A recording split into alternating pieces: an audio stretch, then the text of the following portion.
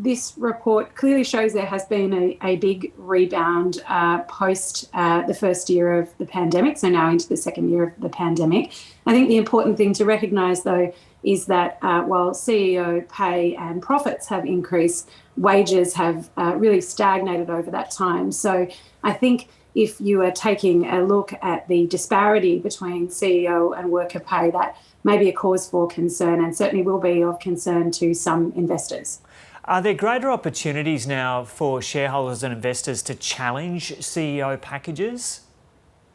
So the key tool that shareholders have to make their voices known on the appropriateness or not of CEO and senior management pay is the voting on the company's remuneration report. So that happens every year at the company's annual general meeting, and shareholders have used that tool to send a powerful message. So I do expect that there will be shareholders, particularly members of ACSI, the Australian Council of Superannuation Investors, who have published this report, who represent the interests of working people. They look after their retirement savings. So they may be looking at the remuneration votes on some of these big CEO pay packets as an opportunity to make these concerns heard.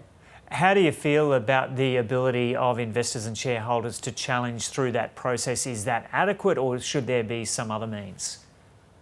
It is quite a powerful tool, but what we could use more of in Australia is transparency. So a tool that is used in other parts of the world is shareholders actually calling for pay disparity reports. So looking at the ratios, say, between CEO pay and median worker pay.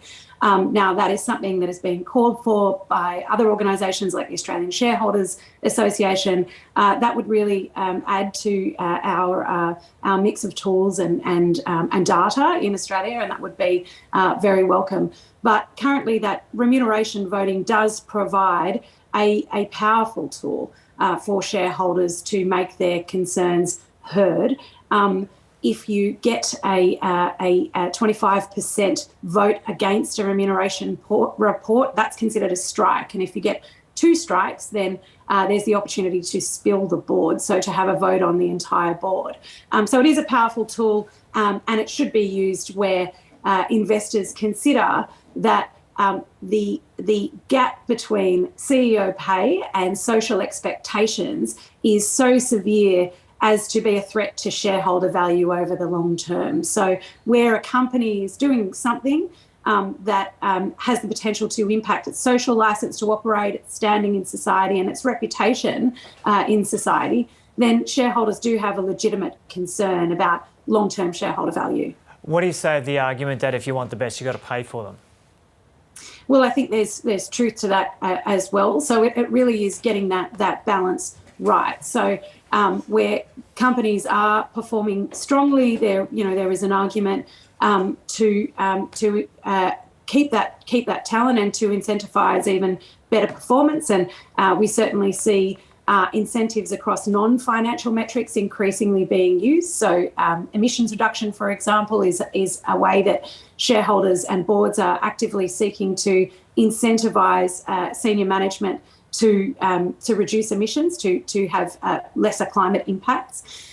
So, look, we will see more of that in the future, but it is absolutely critically important that CEO pay is sensitive to social expectations, especially in a time where a lot of people out there in the economy, people particularly who have seen us through this pandemic, low-paid workers in insecure jobs, that CEO pay is sensitive to those kinds of social concerns as well.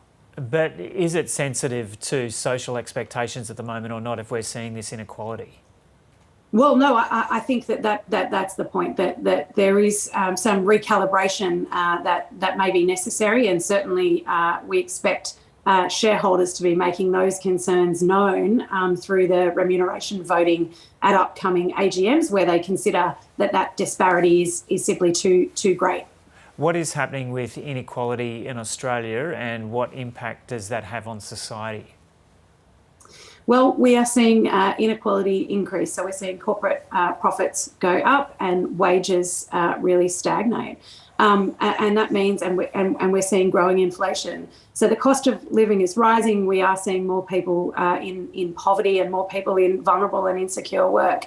That obviously has a range of impacts across society. And I think what this report shows, what the ACSI report shows, is that the remuneration of CEOs is not, in many respects, sensitive to that.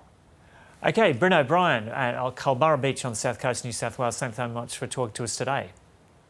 Thanks a lot.